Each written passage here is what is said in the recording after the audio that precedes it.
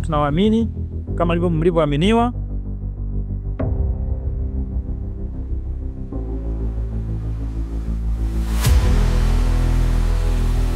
Wapo wengine wanatumia hizo taarifa kutuomba vocha, wanatafuta wachumba na vitu kama hivyo.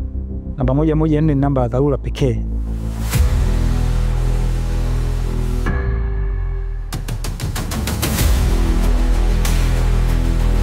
Wanachoma misitu ili eti kupima urefu wa miaka yake ya kuishi duniani.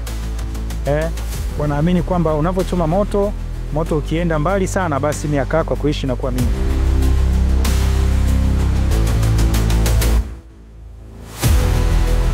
Hizi ni ripoti za AyoTV na millardayo.com kutokea hapa mkoani Kigoma katika ofisi kuu za Jeshi la Zimamoto na Uokoaji. Ambacho kinafanyika nyuma yangu ni zoezi la kuwavalisha vyeo askari na maafisa 15 wa Jeshi la Zimamoto na Uokoaji hapa mkoani Kigoma, ambao wamepanda vyeo. Na kaimu kamanda wa Jeshi la Zimamoto na Uokoaji mkoani Kigoma, Jacob Chacha, amezungumza baada ya kuwavalisha vyeo askari hawa, kubwa zaidi akiwahimiza juu ya utendaji kazi baada ya kupanda cheo. Lakini pia ametumia nafasi hii kuzungumza taarifa kuhusiana na takwimu ya swala la zimamoto na uokoaji hapa mkoani Kigoma.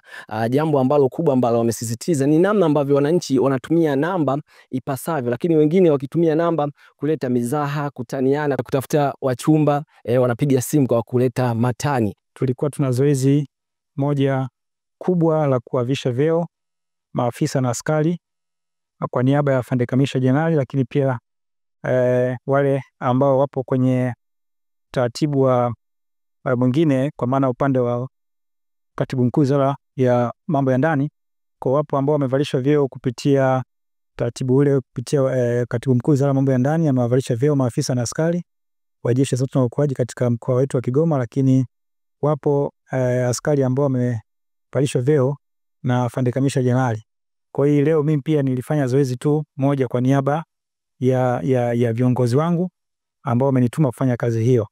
Lakini tumewavalisha vyeo siku ya leo ikiwa tu ni sehemu ya shamra ya wiki ya zimamoto, ambayo askari wamepewa motisha ya upandishaji wa vyeo ili waweze kwenda kutekeleza majukumu yao vizuri zaidi. Lakini pia kuelekea wiki hii ya zimamoto na uokoaji ambapo tunaiadhimisha katika mkoa wetu wa Kigoma, si vibaya kuweza kutoa takwimu fupi za matukio ya moto na uokoaji ambayo yalifanyika katika kipindi chote cha kuanzia mwezi Julai 2024 mpaka Machi 2025. Jumla ya matukio 77 yalipotiwa kwenye vituo vyetu mbalimbali, ambapo katika matukio yote 77 matukio ya moto yalikuwa ni matukio 52 na matukio ya uokoaji yalikuwa ni matukio 25. Lakini wakati wa matukio haya yanatokea sasa, kwenye matukio ya moto huwa tuna utaratibu wa kufanya tathmini, kuangalia hasara na hasara na mali zilizookolewa. Katika matukio yote ya 52 ya moto, hasara iliyokuwa imeripotiwa inakadiriwa kufikia milioni 163 ya vitu ambavyo vilikuwa vimeungua. Hii ni vitu mbalimbali, inaweza kuwa aidha ni jengo ama ofisi ama chochote kile ambacho kilichokuwa kimetokea kwenye moto huo.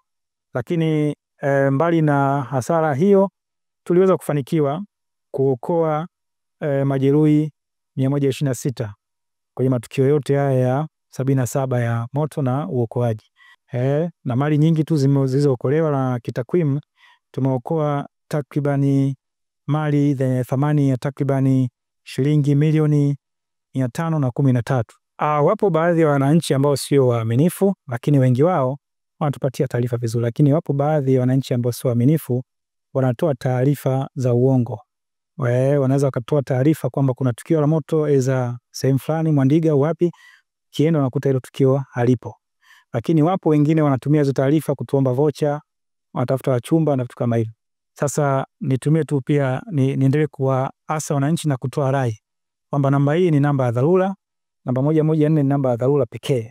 Unapopata dharura yoyote ya janga la moto ama linahitaji shughuli za uokoaji, njoo tumie peke yake. Kwa sababu unapofanya hivyo, unatumia ile namba, kumbe kuna mwenzako huko ana shida ya msingi kabisa ambayo ni ya kweli na moto ni wa kweli, anakosa ile huduma kwa wakati ambao wewe umeshikilia ile laini.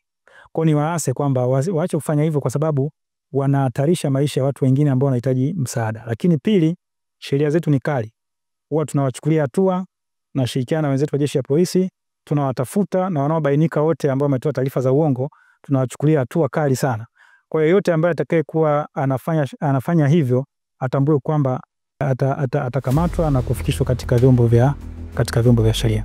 Nikiripoti kutokea hapa mkoani Kigoma, mimi naitwa Ali Dreams TZA wa AyoTV na millardayo.com.